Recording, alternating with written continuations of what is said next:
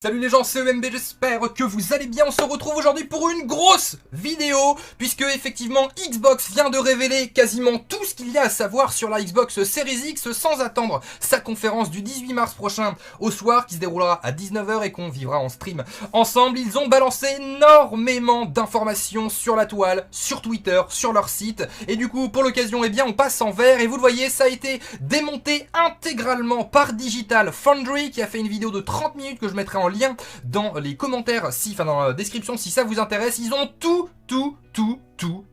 démonté. On va parler du reveal, des caractéristiques techniques, du ventilo, de la manette et également des cartes mémoire qui vont être ajoutées à la console. Allez, on commence tout simplement avec les caractéristiques techniques. Déjà dans un premier temps, quelque chose que j'ai beaucoup apprécié avec ça, c'est que non, ce ne sera pas un frigo, et Xbox a carrément trollé directement en balançant les caractéristiques de la console en termes de taille. Donc on peut tout de suite aller voir ce que ça donne. En termes de taille, on est ici sur du 15 cm par 15 cm.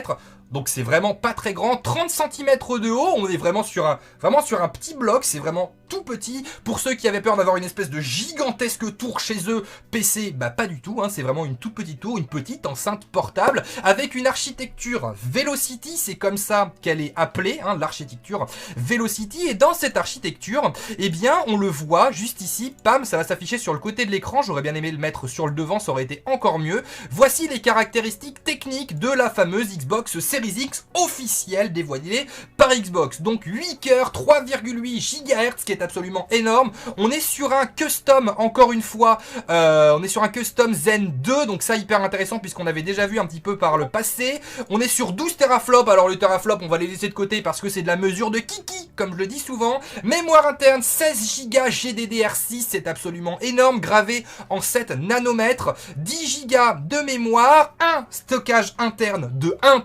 Tera, donc on a 1 Tera dans la console, plus la possibilité de rajouter des SSD carte mémoire de 1 Tera, donc une possibilité d'aller jusqu'à 2 Tera, je vais vous en parler un petit peu après, et surtout la possibilité d'avoir du 3.2 sur l'USB, la compatibilité 4K 60 fps qui va monter jusqu'aux 120 fps, et bien sûr la lecture comme d'habitude des Blu-ray, les Blu-ray UHD et 4K comme on l'avait déjà sur la Xbox One X, mais qu'on n'avait pas notamment sur la PS4, donc c'est quelque chose qu'on attend beaucoup aussi sur la PS5, etc.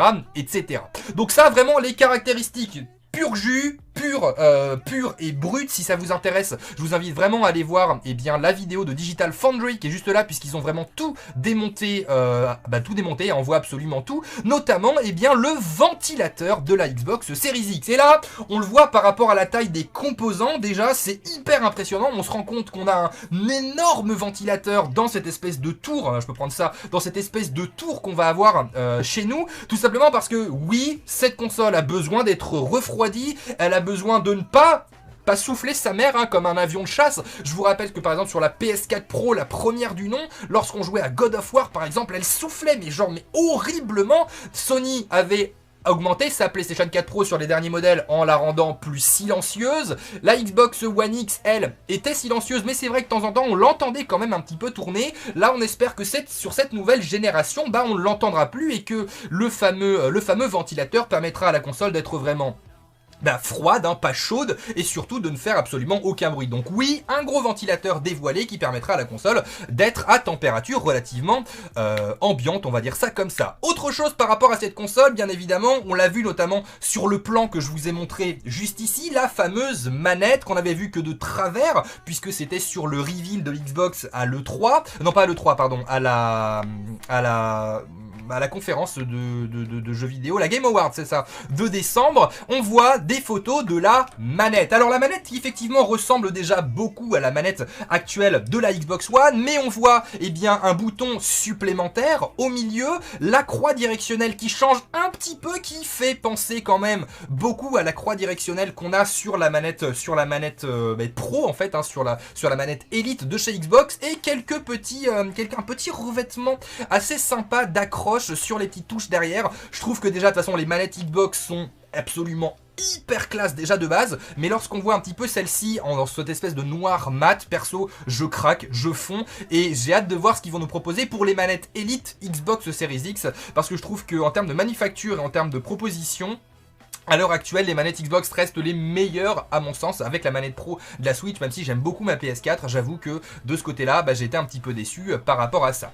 Ensuite, comme je vous le disais, ils ont parlé dans les caractéristiques techniques, vous le voyez, Expandable Storage, donc le stockage amélioré d'1 Tera en petite carte mémoire, et notamment on le voit sur la vidéo de Digital Foundry, c'est exactement, je l'ai marqué, à 14 minutes 40, je vais vous le montrer juste là, hop là, c'était à 14h40, c'était un petit peu avant, hop, juste ici, parce que c'est hyper intéressant. Juste là, vous voyez des petites cartes mémoire qui vont pouvoir rentrer dans votre console à l'arrière pour augmenter la taille. Je vous en parlais il y a quelques temps, il y avait beaucoup de gens qui se sont foutus littéralement de ma gueule en disant « Ah gna gna gna, les cartes mémoire c'est complètement has-been, etc. etc. » J'avais dit, les gars, on parle pas forcément de cartes mémoire, on parle de cartes qui vont permettre d'augmenter le stockage de la console. On avait vu notamment une photo, alors on s'était dit que cette fameuse photo avec les poils dessus paraissait pas forcément vrai, mais on était parti sur le postulat que potentiellement ça pourrait être la vraie image de la Xbox Series X.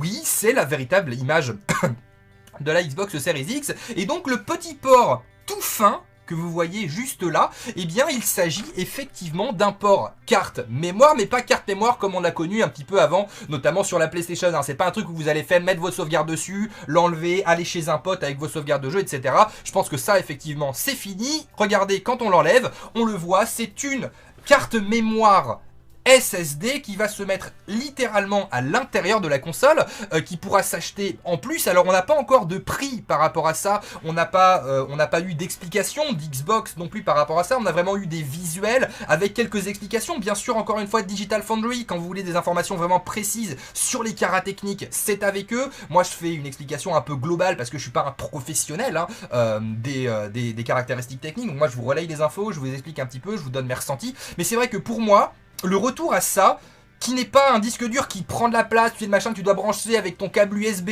que tu dois garder sur le dessus de la console, sur le côté de la console, tu sais pas où le foutre, etc., etc. Moi je trouve ça intéressant. Vous me direz d'ailleurs, je ferai un petit sondage en haut de l'écran, vous me direz si vous trouvez ça cool ou pas. Après, effectivement, va se poser la question du prix. Déjà dans un premier temps, qu'est-ce que ça permet, cette petite carte mémoire en SSD? C'est de réduire effectivement le prix de base de la console, en ne proposant pas 2 Tera de base, mais en proposant 1 Tera avec un stockage supplémentaire. Et ça permettra notamment de réduire le prix de la console et de proposer cette carte mémoire avec un prix. Le problème, c'est que si cette carte mémoire est trop chère, ça ne fonctionnera pas. Donc Xbox va devoir revoir à la baisse le prix de ce petit storage expansion. Ce storage expansion qui a l'air d'être un format dédié à la console, devrait quand même coûter un certain prix, donc ça veut dire que ce stockage doit bénéficier de certaines capacités supplémentaires d'un SSD classique, parce que sinon, vous le voyez, il y a des ports USB juste à côté. On retourne sur les caras techniques de tout à l'heure où il y avait marqué que c'était des USB 3.2 external HDD support, donc vous pouvez rajouter des disques durs en externe via ce port 3.2. Donc ce qui veut dire que pour ce SSD et ces cartes dédiées, il va vraiment falloir justifier le prix et pourquoi acheter ça. C'est proposé, ok, mais est-ce que ça va vraiment valoir le coup? Et ça peut être relativement intéressant à savoir. Autre chose par rapport à cette fameuse Xbox Series X, justement Microsoft a précisé qu'elle sortirait en 2020. Et ça c'est hyper intéressant aussi. Pourquoi? Parce que avec tous les problèmes sanitaires à l'heure actuelle, vous le savez, avec les virus, tout ça, qui traînent et qui impactent quand même énormément les magasins, les chaînes de production, les chaînes pas de diffusion, mais pour les proposer dans les magasins tout simplement, et pour la production des consoles, on s'est quand même tous posé la question de savoir si la Xbox Series X ou la PS5 allait être retardée. Si on a pour l'instant absolument aucune information sur la PlayStation 5, apparemment Xbox maintient sa position. La Xbox Series X sortira en 2020, sera dispo en magasin en 2020. Après, bien évidemment, va-t-il encore falloir que nous puissions aller jusqu'en magasin pour l'acheter? Ça, c'est autre chose. Quoi qu'il en soit, il n'y a pas que ça, bien évidemment. Il y a également les temps de chargement pour la console qui ont été mis à jour par Xbox. Ce qui est super intéressant par rapport à ces temps de chargement, évidemment, ça charge plus vite. Oui, c'est une console beaucoup plus puissante que la Xbox One X. Alors on va pas repartir encore une fois sur les teraflops, la mesure de Kiki qui a le plus gros zizi. On s'en bat littéralement les steaks. Quoi qu'il en soit, fois, on le voit quand même, c'est flagrant sur les jeux, notamment State of Decay, où regardez, quand la Xbox One X elle est encore en train de charger, le mec sur la Series X, ça fait déjà au moins 10-15 secondes qu'il est en train de jouer à son jeu, si c'est pas un petit peu plus, donc clairement c'est hyper impressionnant. On n'est pas sur une nouvelle génération qui va littéralement empêcher les temps de chargement, c'est beaucoup plus rapide, mais ça existe toujours. J'ai vu quand même pas mal de personnes me dire, oui, la nouvelle génération, je sais pas où est-ce que vous avez entendu ça, il n'y aura plus aucun temps de chargement. Et moi, je vous avais déjà expliqué que ce n'est pas possible de ne faire aucun temps de chargement, même sur des PC hyper puissants, et là on est sur une console de salon, les temps de chargement existent toujours, c'est juste qu'ils seront très faibles ou gérés différemment. Par exemple, dans du God of War, ça charge pendant les cinématiques, mais il y a du temps de chargement, et on le sent, on le voit quand t'es bloqué dans un ascenseur dans un jeu, tu sais que c'est en train de charger. Alors ce n'est plus forcément visible, mais on le voit. De même, les vidéos d'Xbox présentent la différence entre Minecraft classique et Minecraft avec du ray tracing, et ça c'est hyper impressionnant, qui vont permettre justement une des meilleures gestions de la lumière, la meilleure gestion des reflets, bref, une console qui a l'air littéralement d'être un monstre, mais genre vraiment, j'ai vraiment l'impression que cette nouvelle console de chez Xbox, ça va être un monstre, et ça va être quand même hyper cool. Bref, en tout cas, vous me direz dans les commentaires ce que vous en pensez. Est-ce que cette nouvelle console vous intéresse? Est-ce que les caractéristiques techniques vous intéressent? Si c'est le cas, eh bien vous me le dites. N'hésitez pas à lâcher un gros pouce en l'air, mais également un petit abonnement à la chaîne. Et moi, je vous dis à très vite sur la chaîne ou pas. Ce sera toujours encore à vous, à votre écran, de décider. Salut, salut. Voilà, ça c'est...